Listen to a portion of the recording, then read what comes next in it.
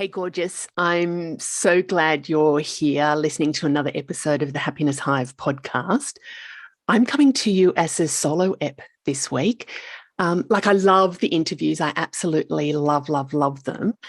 But lots of people ask me to do more solo eps. And so I'm doing that. And I'm a little bit hesitant today, only because those of you that are listening on the podcast won't be an issue at all. But the podcasts are also shown on YouTube. And I've got this bung eye happening. The family, we went away for the weekend, not this weekend gone, the one before. And I came back with a bung eye. The two dogs, so Boston and Mabel, Ellie's dog, Boston came back with some hay fever allergic reaction, and Mabel, would you believe, a bulldog came back with a cold. And she's had, can you imagine a bulldog that snuffles and snores anyway, has had this cold, and I'm not sure if you can hear in the background. She's in the other room, but she's snoring away. So anyway, online, I've got my head tilted so you can't see it. I can't wear any makeup because it's an infection that's kind of, anyway, I don't do unwell very well. And I feel a little bit sad and sorry for myself. And when I'm not feeling well, depends on kind of the personal triaging of what happens is if it's just something that I can just deal with, I tend to do that. My go-to is natural and alternative remedies. And if I really, really need to, I'll go to the doctor and get whatever mainstream medications. But for this one, I did go to the chemist and they were saying, really, you can't do much. It's really just heat packs. And it's like, well, I want something to make it go away quickly, and it's not. But I also think about one of the things, before I actually get into the topic of what I want to talk to you about, but one of the things I do is almost think about what is the illness or the symptom or the thing, what message does it have for me? And what sort of metaphor is that illness kind of bringing forward? So my daughter, Ellie, the other day, she has a lot of ear infections. And she was saying, what's the sort of message behind ear infections? And I'm not saying categorically there's obviously some physical thing happening there for her. But it's also, I was sort of saying, what are you not wanting to hear, or what are you not wanting to listen to? And depending on what side of the body it's on as well, is that if it's on the left-hand side, for me, that indicates about being something internal and to do with self, or if it's on the right-hand side, is that external or others. So I can't remember what side of what ear was aching for her, but my eye is bung on the right-hand side. That's the external. So I think about my eye. What is it that I'm not wanting to see? What do I not and see in the external world? So things that are going on around me. What am I not paying attention to? What am I blind to? What am I missing? And when I was doing that, and for those of you who know me as well, I love to journal around things. So just getting some insights. But the actual insight that I got, when we're thinking about where the eye is located, so the chakras are located on our face, the eye is in the heart chakra. And because I've got this bung eye on my right-hand side, the message I got was about putting pressure on myself. And this is actually coming forward, this ganky, pimply, bloody thing is coming, it's due to the pressure that I'm putting on myself to maybe show up in certain ways externally. So I'm just sitting with that. And of course, I'm doing mainstream stuff to try and sort it out as well. Anyway, that's not what I was going to talk about, but that just seemed to be the thing that I needed to share with you. What I am going to talk about is how to be authentic. How to show up as your authentic self. a lot of my clients, a lot of people in response to posts that I put out there when I'm saying, be you, they're like, well, what does being authentic really mean? And how do I do it? How do I become authentic? Now, for some of you, that might seem really obvious. It can be a really tricky thing to do. How do we know that we're showing up authentically? So I'm just going to share some thoughts with you about what that means for me at this point in time. And the reason I say what that means to me in this point of time, like I've got I don't have a definitive view on it, but I have a relatively consistent view. But sometimes as I get more information about things, I adapt and change. But I'm going to share what my thoughts are at the moment around that. And about being the truest version of yourself, the authentic you, I break down into 4 elements to be able to show up as your authentic self. And the first one, and those 4 elements are to really know who you are and to love who you are, to embrace who you are, and to be who you are. And each of those subsets, there's quite a lot that goes to that. So these are some tips that might be able to help you to sort of navigate your authentic self. And there's one thing that really stands forward for me, and it's the voice of my daughter in my mind where she says, "Mum, you do you and I'll do me."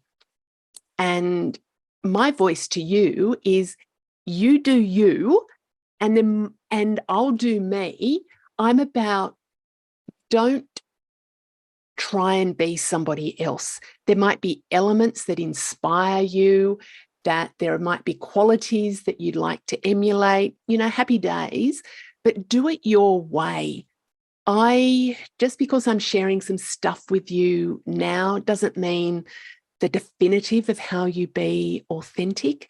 I'd love to, if anybody's got any other views and thoughts, pop them in the comments in relation to the podcast. And I guess while I mention that, I don't mention this a lot, but I'd love you to subscribe and follow along and put reviews there. That's a great way for this podcast to get into the ears and hearts of so many more people. So anyway, to be your authentic self, the first part is to really know and get clear about who you are and how you are showing up in life. And for me, it's about who is the real you. What's important to you in life? What are your beliefs and your values? That, the values are your own set of principles for what's of real importance to you in life. And the beliefs are ideas you hold to be true. And it's also thinking about what your attitudes towards life are and what your behaviors, so how you act. That and one of the activities that you can do around that is to even just journal what's important to me in life. And I tend to do this in relation to the life wheel.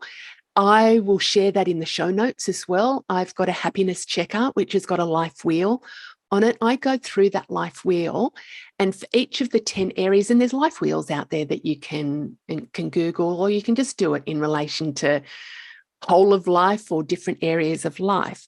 But what's important to me in the context of each of those areas in life. So in relation to who I am, my being, in relation to my health and wellness, what's important to me in relation to my family, my friends, my significant other. So in relation to my relationship with John, in what I contribute to society and those around me. I also think what's important to me in relation to my spirituality to my finances and the things that I have around me, and also in relation to my business. And for some of you, that might be your career. So thinking about what's important to you in each of those areas of life. And I just do this as it's just a brain dump. It's really a list of things that are important to me. And you can Google different values and things if you need a bit of a prompt. I think it's just to start somewhere. I just do mind maps around, okay, well, when it's in relation to who I am as an individual, what are the things that are important to me? And what do I believe in as well? So really getting clear about your beliefs as well. And the beliefs are, what are my empowering beliefs? The beliefs that lead me to happiness, success, fulfillment, and also being your authentic self, part of knowing what are all those limitations that you are placing on yourself. And often that comes from conditioning, growing up, how we're here, what lessons we're here to learn. So what are the limiting beliefs? What are the things that are actually, what do we believe about ourselves that enable us to move forward? What do we believe about ourselves and life that are holding you back? And one quick little activity that you can do there is just to think, especially in relation to limiting beliefs, think of something that you want to achieve in life, so a goal that you've got. Write down all the things as to that you believe about how or why you can do that, and all the things that are stopping you, the yeah buts. I can't because.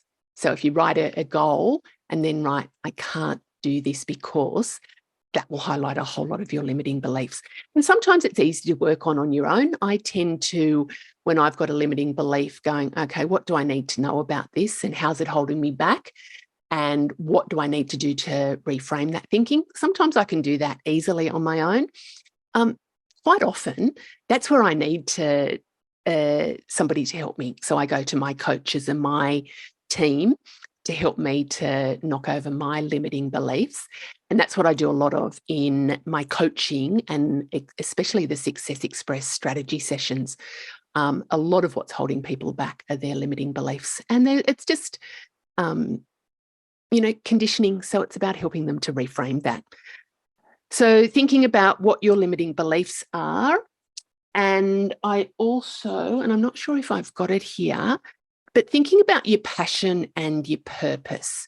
So knowing yourself, what's not just what do I think is important, but what really lights me up?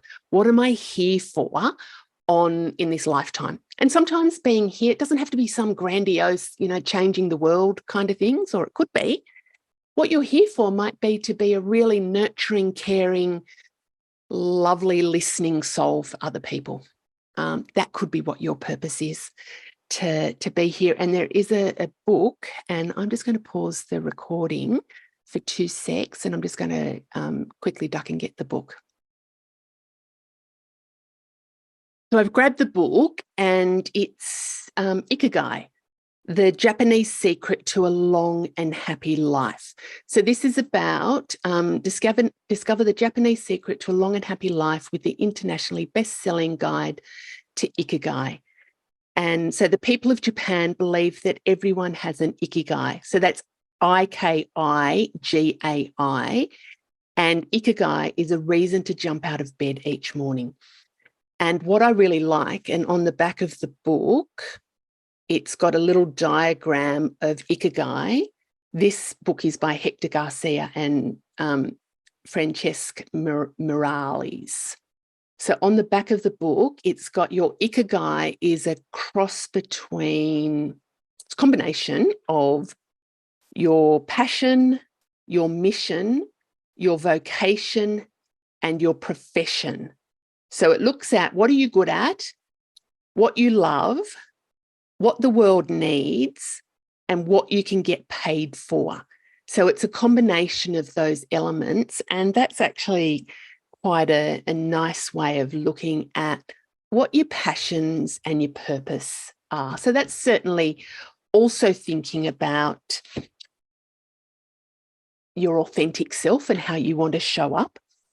And one of the things that I really like and thinking about who I want to be and how I want to show up is developing a personal mission statement. So what impact do you want to make on the world and the people around you? And what do you want to be known for? And making a list of the things you love to do. So brainstorming all the things in your life that bring you the most joy, that light you up. You know, what do you love to do and want to do more of? What do you love to do even if you didn't get paid for? So this isn't all about work. This can be about what is your mission, personal mission statement in life. And it's even just putting that together. I have different processes I go through myself and help people to go through, but part of it is to take an inventory of, you know, what are some of the things that you've achieved in life? What are you proud of? And what are your strengths and gifts and talents? And coming up with a personal mission statement. So what you stand for. And we talk about that in business, absolutely. But I go beyond business and how do I want to show up in life? I'm looking at all the factors in life, not just what we do for a profession. And one of the things that I have, I guess, that helped me to even explore, you know, I've had different versions of mission statements and they kind of morph and change, but at the core, they're fairly consistent. And one of the things that helped me to, I guess, get some clarity around who I am and what I stand for was really reflecting on my story and the power of my story and who I am. So what has led me to being the person that I am today? And when we're clear about our story, it really helps us to be more authentic as well. So thinking about my story, like I started off, I started, done different versions of this, and some have been long, some have been like really, really long versions.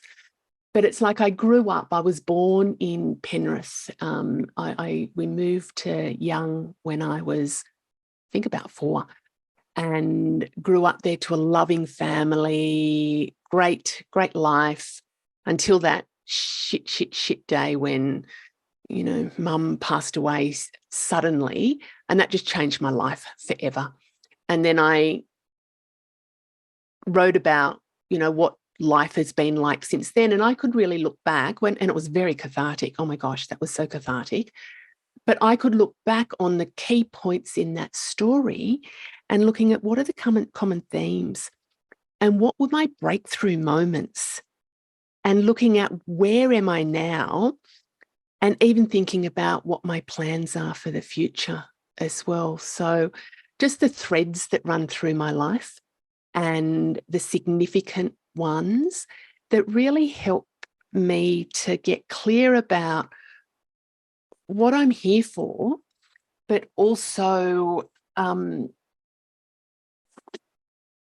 just what's important to me in life. So that's a cool thing, and that helped me to put those that personal mission statement together. And when you're thinking about your personal mission statement, and some of you might think that that's a little bit wanky to do, but I find it just is, it's almost like my North Star. It really helps me to just get the most out of life. And you know that that's what I'm about. It's about life is very short. And for me, it's about making the most of the life that we've been gifted. So the personal vision and mission is your intent, is your mission statement to the world. What do you want to achieve in this lifetime? And your purpose is your why. Why is that important to you? And what my version of, I'm just going to find it at the moment. You know, it's never there when you want it to be there. is that I'm living in the full radiance of my soul, shining my light brightly in the world. And it's about I'm leaving a little sparkle and touch of magic wherever I go. So for me, it's about living in the full radiance of my soul, not your soul, not the person who shows up on Instagram, but it's about living in the full radiance of my soul. And I've done a lot of work getting really clear about, and still continuing to do work around that. But what does that mean to me? What does the full radiance of my soul actually mean to me? And that's that continual journey of self-discovery. And the second part of my mission statement is that I'm shining my light brightly in the world. And that's absolutely through my business, but it's how I show up. I was going to say every day, but I paused there because some days I don't show up very shiny or bright, like with this bung eye. But for the whole, I'm actually about sharing my gifts with others and helping others to live amazing, beautiful lives.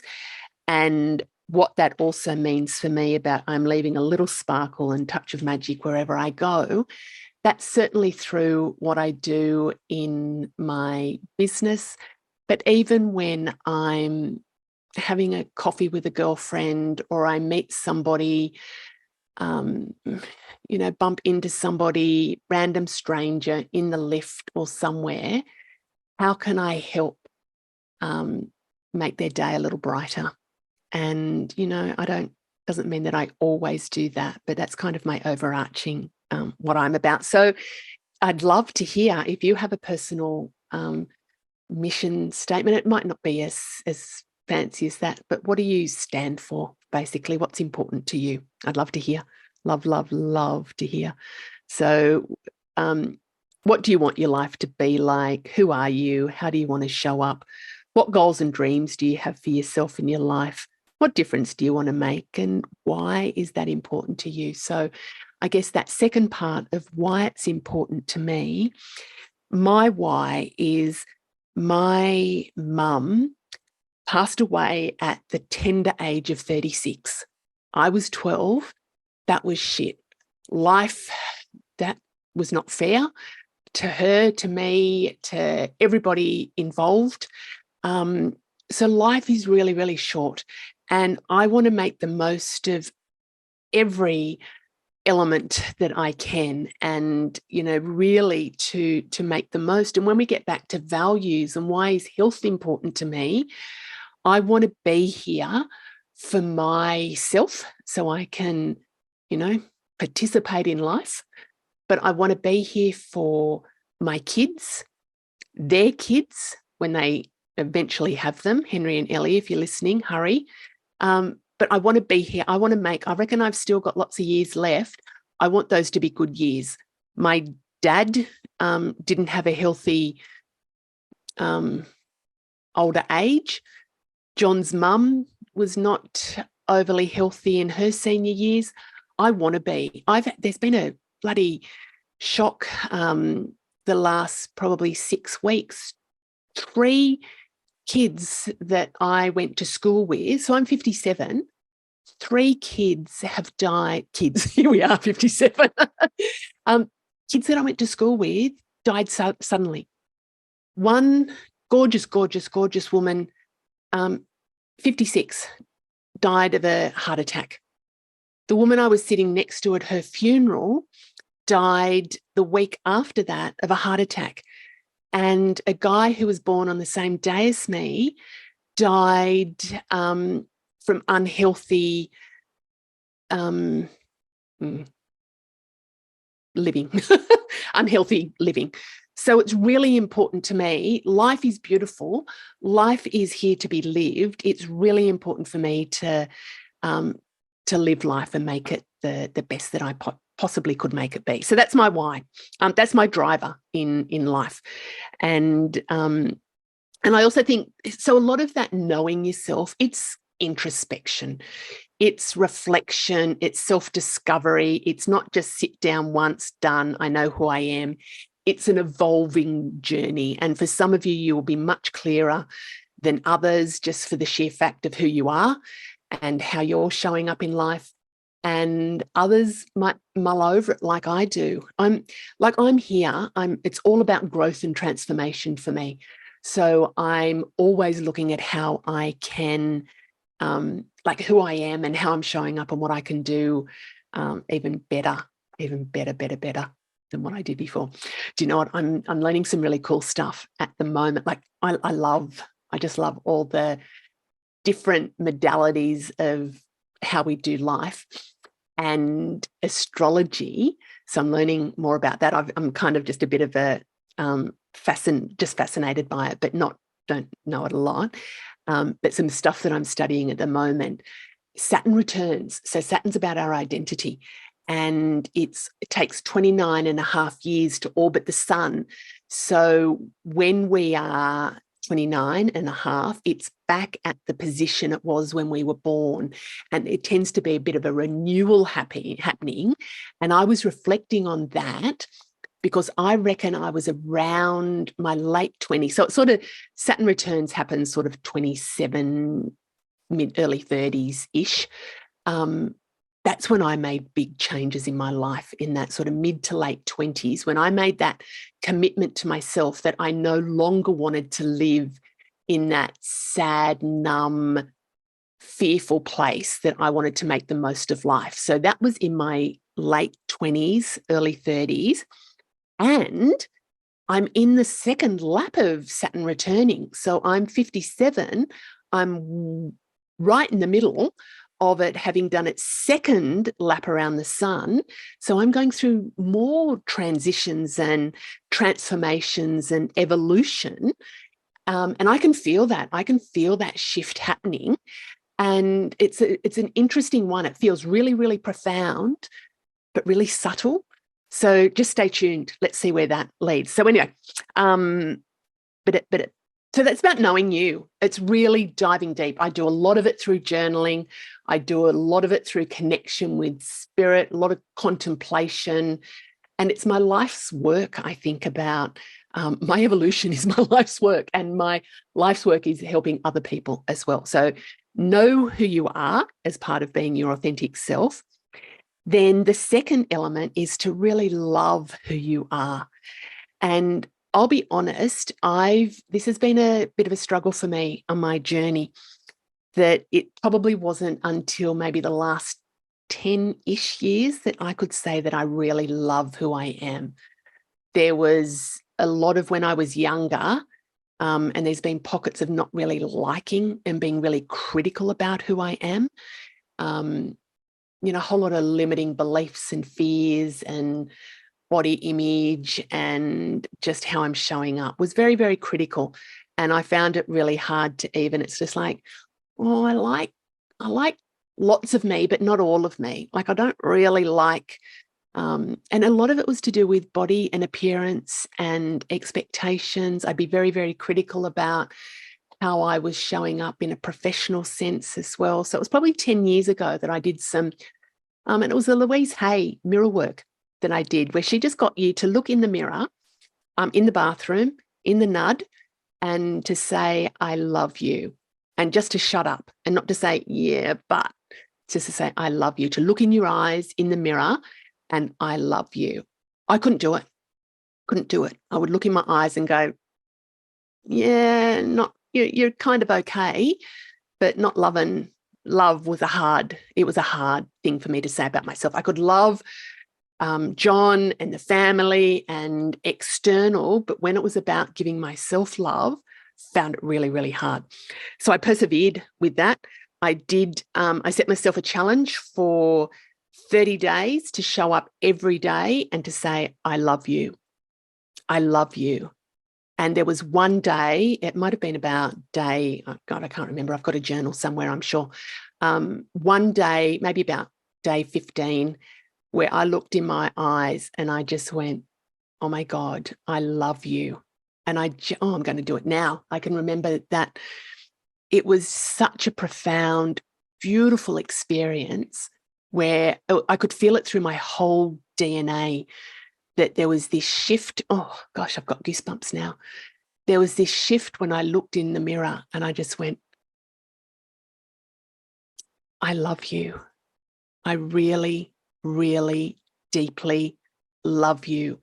And I felt that for the first time at such a deep and profound level. And since then, I can truly, honestly say that I love who I am, like all the parts of me. I've accepted, my mantra used to be, I love and accept myself exactly as I am. And it never felt quite right. It felt very theoretical. And that day when I looked in the mirror, I love and accept myself exactly as I am. Holy fuck.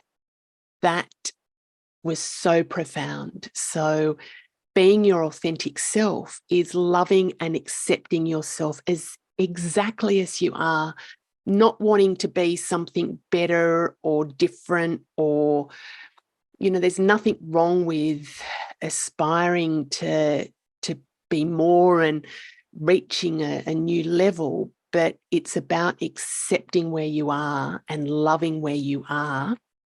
That's where the change comes from. Oh, Holly, do it, do. If there's one thing from this podcast, if that's what you do, if you look at yourself in the mirror, set yourself a 30-day challenge.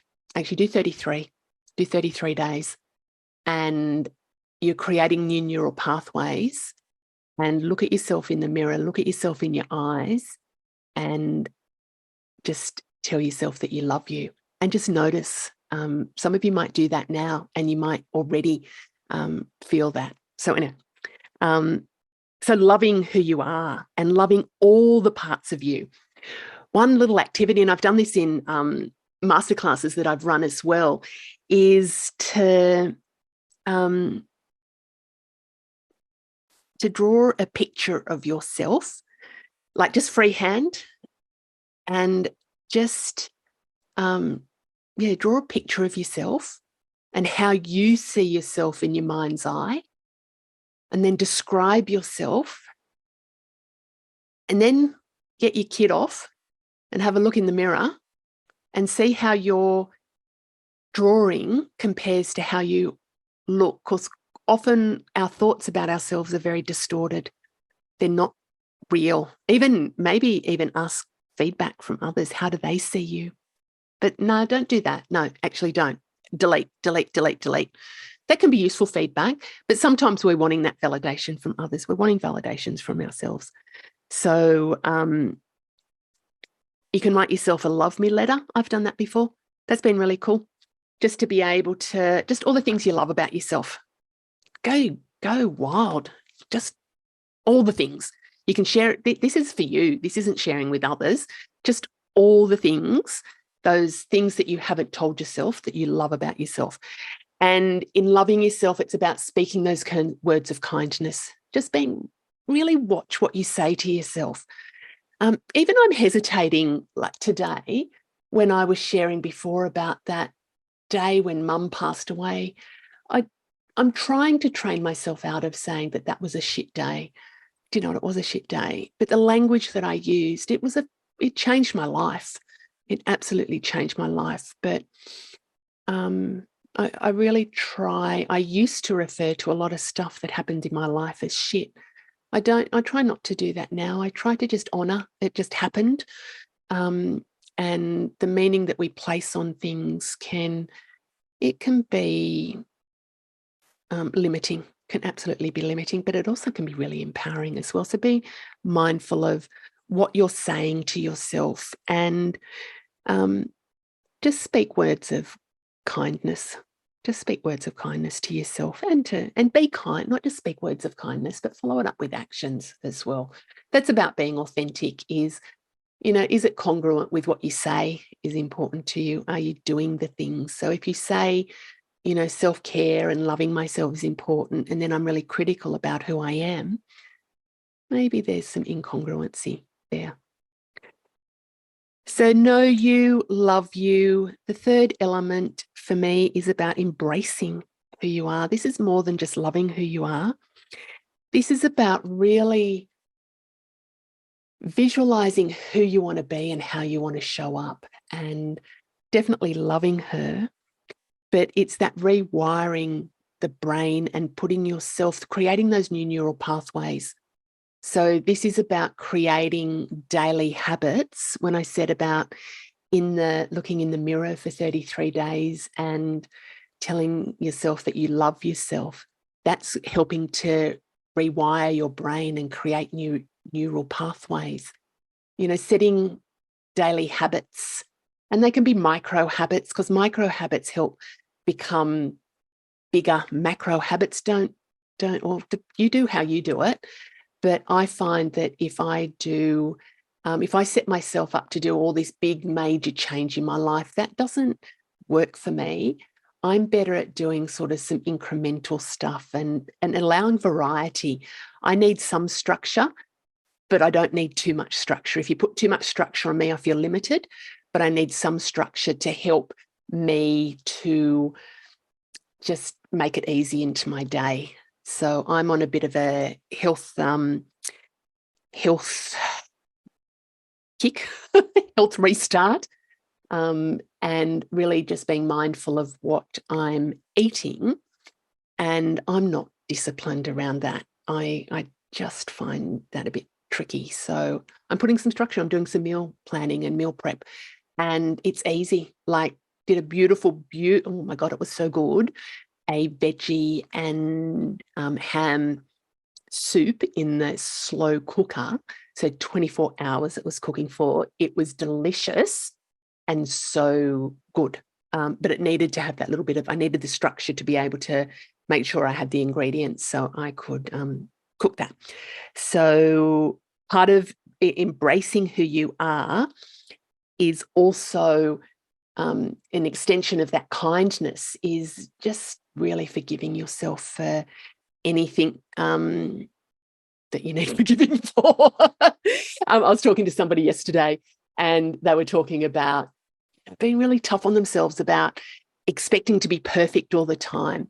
And sure, wanting things to be great and a certain way is good, but sometimes we can put a little bit of extra pressure on ourselves. So just forgiveness around buying into that, that story that we need to be perfect in everything we do, because showing up how you are is exactly good enough. That's good enough. What else? Start putting yourself first is also one of the ones about embracing you. I know one of the things I think a lot of my clients, and I've experienced this too, is where they feel that they're not being authentic, is they want to say no to stuff, or they want to say yes and they want to do things, but they're worried about what people will think, or they're worried that they're being selfish and that they're so busy putting everybody else first that they're neglecting themselves. So, they're being authentic. They might really want to be pursuing a certain goal or dream, but worried that that's being selfish. And I would encourage you, if you fall into that category, to think about, well, what is it that you would like to achieve? And how can you do that in a way that brings the people you need to bring along with you, and not factoring in the people that are not important in that decision. I know I have very much limited myself in the past because I've been worried about how it might impact other people. And this has been in a business context, not in a family or a personal context. So how does that, I won't do that because that's being,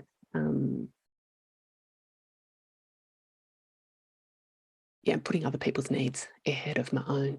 So I'm very conscious about what I need and want, and I can still communicate that in a very kind and caring way, but I do it in a way that is being true to what my goals and dreams are. So, and one of the other things that I have done, actually, I'll try and remember, I've got to write down what I've got to do. I've already said the life wheel I'm going to put in the show notes. there's another little thing that I use with clients, and this is based on what I've done, is life terms and conditions. Now that sounds all very, very serious, but it's about what is my honor code? What do I want in life? And I go back to that life wheel where it's got 10 different areas of life. What I've done is I've combined a few of them. It's just to make it a little bit easier. So I think there's maybe 4 or 5 areas that I've combined that into. And it is what's important to me in each of those areas. What am I going to commit to doing to make sure that happens? And what am I going to commit to not doing? So just an example is if we're on that health journey, is health and wellness is really important to me, like incredibly important. I've talked to you about my why, that life is short and I want to live and experience life to the fullest. So part of me being able to do that is ensuring that I am as fit and healthy as I can be. And I will commit to a healthy lifestyle. I will commit to being mindful of what I'm putting into my body. I will commit to moving my body and exercising regularly. And I will commit to not beating myself up if I don't stick to that 100%. I will commit to not being a boring party pooper just because I want to be healthy. And so I will commit to allowing myself freedom and flexibility around what my health and my wellness. So thinking about the things that are important to me and what I will commit to doing and not doing. So I'm going to put that in the show notes, but also just while I think of it, if you go to my website, www.happiness-hive.com, there are resources there. There are free resources. You can click on that and you'll get some additional freebies and stuff that I use. So thinking about embracing who you are, another element of that is to surround yourself with your tribe. Like find your tribe and surround yourself with people who accept you exactly as you are. Now, sometimes that's hard to do. You know, in the workplace, that might be a little bit hard. But think about who your tribe is, what's important to you, and find a space that's a community that fits that. I have got one, Happiness Hangouts, where that's once a month, the first Wednesday of the month of an evening here in Canberra. So for those of the listeners who are here in Canberra, we hang out and it is just accepting people for who they are. There are women from all walks of life. But it's a space to hang out and just be full of positive vibes, meet with like-minded women, hear from guest speakers who are sharing their view of the world and topics that are of interest to us as well. So no pressure, absolutely no pressure there as well.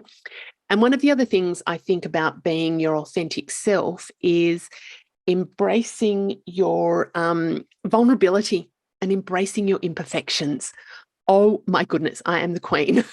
I am the queen of that, of letting go and just showing up how I am. I mean, I could have not shown up today with this my eye. Sorry, I'm recording on video and I can see myself. I need to turn that off. So vulnerability is about being open and willing to expose your true thoughts, feelings and experience, even if they may involve sort of uncertainty, discomfort, or the risk of emotional exposure. So it's allowing yourself to be seen, to be heard and understood authentically without hiding behind masks or pretenses. And that is one of the biggies that I find, especially with women in the workplace, that they don't feel comfortable or confident to show up as themselves because there might be some uncertainty there. And and that inner perfectionist often holds them back because they might, or they fear that they come across as though they don't know what they're talking about. So I see that a lot in women. I've experienced that. I've got a resource coming out soon. I don't think it'll be ready for this podcast, but if you're following me, the Imposter Survival Kit. So it's just a really quick freebie resource, really powerful, about some tips of overcoming that pesky imposter syndrome. So being vulnerable, that's showing up. And there are points when I don't feel like showing up, and I don't. There are times when I don't feel like showing up, and I do.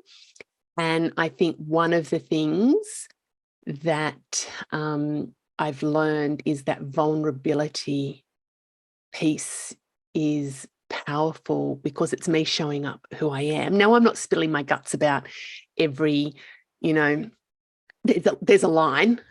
Absolutely, there's a line. So this isn't about spilling my guts about everything that's going on in life. There's a lot that you don't hear me talking about. There's so much of my life that you wouldn't even know is going on. I'm not sharing that. That's my private stuff. But there are elements, and where I choose what I'm sharing, I'm very discerning about who I hang out with, but also about what I share. And what I share, sometimes I think, who'd even be interested in this? I don't know if you have these thoughts, but who would be interested in this? But I know that by putting it out there, it will land somewhere that if somebody's interested in it, then that's great. And there might be just one pearl of wisdom. And the beauty of this podcast is, and I know I've got feedback from lots of you, that there are pearls of wisdom just drop, and they're different for different people. So that's the reason I become vulnerable, because it's a sharing what's going on for me that might be able to help other people. And remember what my mission statement is.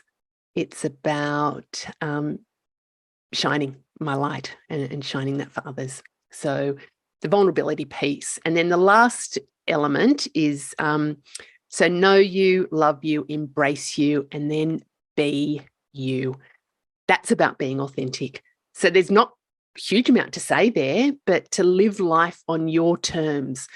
And it's about knowing what your terms are. So going back to that first point of knowing you and what's important to you, and even what your life terms and conditions, your code of honor, what's important to you, and what are you going to commit to doing, and what are you going to commit to not doing to be the person that you're meant to be. And when you're being true to who you are, you're always going to exceed, but you're always going to succeed at whatever you're doing. You can't not. So it's about taking action towards being and becoming that truest version of you, the person you are, that you're meant to be. And it's really, it's not about just understanding it conceptually. It's going through and doing whatever the action is for you, and thinking about how you can integrate authenticity into your daily life. So incorporating those small steps into your daily routine that reflects what's important to you and how you want to show up in life. So you can't do that if you don't know what's important to you. So my advice would be, get your journal. Get your journal. And if you're not sure about journaling, pop onto the website, because there is a journaling workbook. Actually, Hannah, if you're listening to this, can we make sure that journaling workbook is there? It's a free resource. Don't put rules around yourself. Just pop out a notepad and a pen, and just write down stuff like what's important to me. Don't overcomplicate this. Make it really, really easy and simple. So get to know who you are. Love, love, love who you are. Embrace that gorgeous, gorgeous version of who you are, and be that authentic you. we hear that saying, what is it? Be you because everybody else is taken. Show up and be comfortable, be confident, and show up being you. I hope you found that useful. I hope you found that useful. I do keep getting asked to do these, so I will scatter them throughout the podcast episodes more.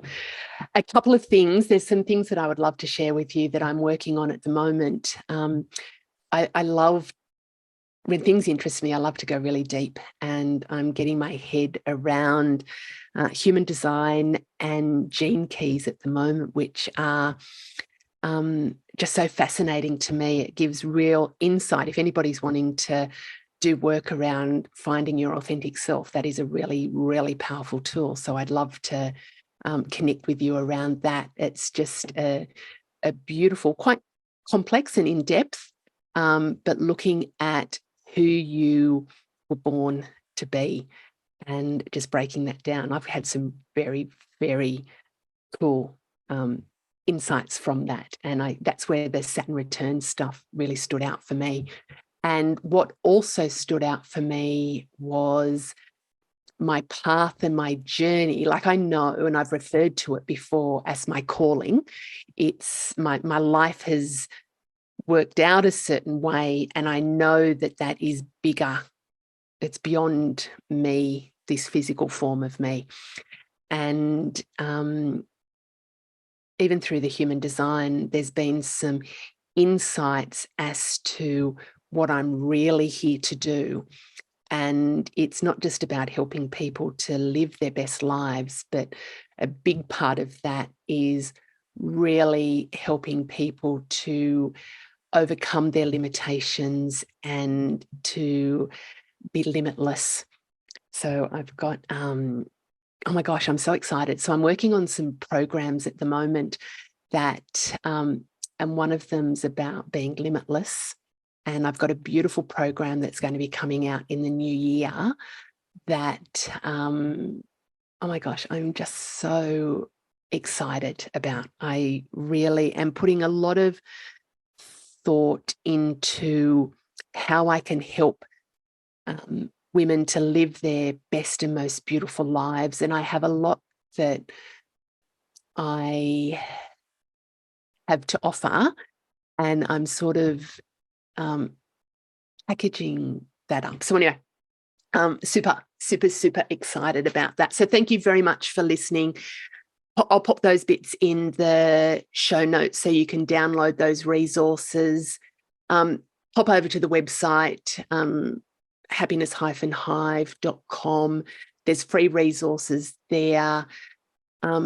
Join up to the newsletter, because that's where you'll be the first to hear about these new programs and offerings that I've got. And I send out weekly tips as well, little fabu tips about living a fabulous life. And they're just little quick tips in addition to we've got here. So anyway, hugs and great big happiness. See ya.